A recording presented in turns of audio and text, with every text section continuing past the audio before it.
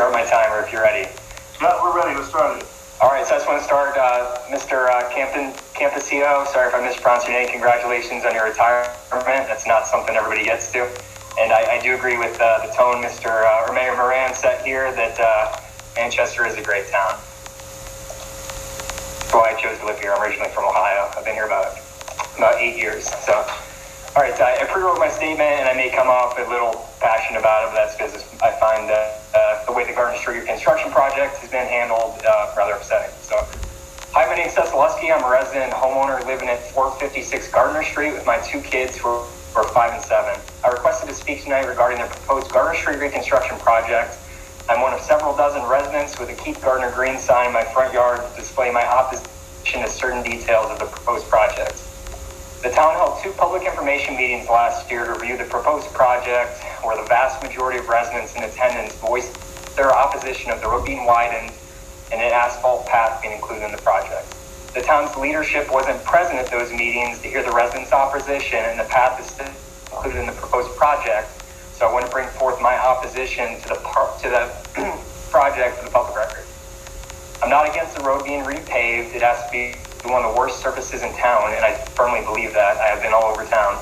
But I am opposed to expanding the road beyond its current boundaries and opposed to the inclusion of a path in the plan. For clarity, the path isn't a sidewalk, so it wouldn't be maintained in the winter. It would be asphalt and is technically too narrow to be called a bike path or a multi-use path, as it can't accommodate bi-directional traffic with cyclists and pedestrians using it. Also, significant portions of the path are on a section of road that are in excess of a 10% of anyone who is disabled. More than one resident on Gardner Street is permanently in a wheelchair. In one case, the path would run right through their front yard, but they won't be able to use it. Although they're paying tax dollars, it would be building it.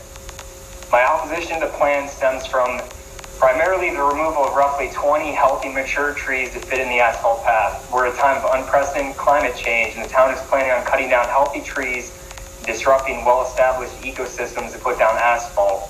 I personally find it unbelievable the town can bring forth plans that are so tone-deaf. During the 2 public information sessions, the town engineers reminded residents that the space where the road would be widened and the path would be in way. On January 13th of this year, a town zoning enforcement officer drove up Gardner Street in a town vehicle and removed all of the Keep Gardner Green signs placed in residents' front yards while leaving behind other signs that were not within the public right-of-way. The reason explained to me by the town attorney were signs can't be placed in the right-of-way and the town can remove them. Where this breaks down is several of the signs were not in the town's right-of-way, making their removal illegal per the First Amendment of the Constitution and standing U.S. Supreme Court rulings. I would ask the Board of Directors have the engineering department initiate a full survey of the proposed project boundaries by a third party and the extents of the town's right-of-way be clearly marked before any construction begins. This will provide residents the opportunity to dispute the defined boundaries of the marked easement if they don't match what are on our deeds. If the town's own zoning enforcement officer doesn't know where the town's right-of-way is, how could a construction company hired by the town possibly know where the boundaries are?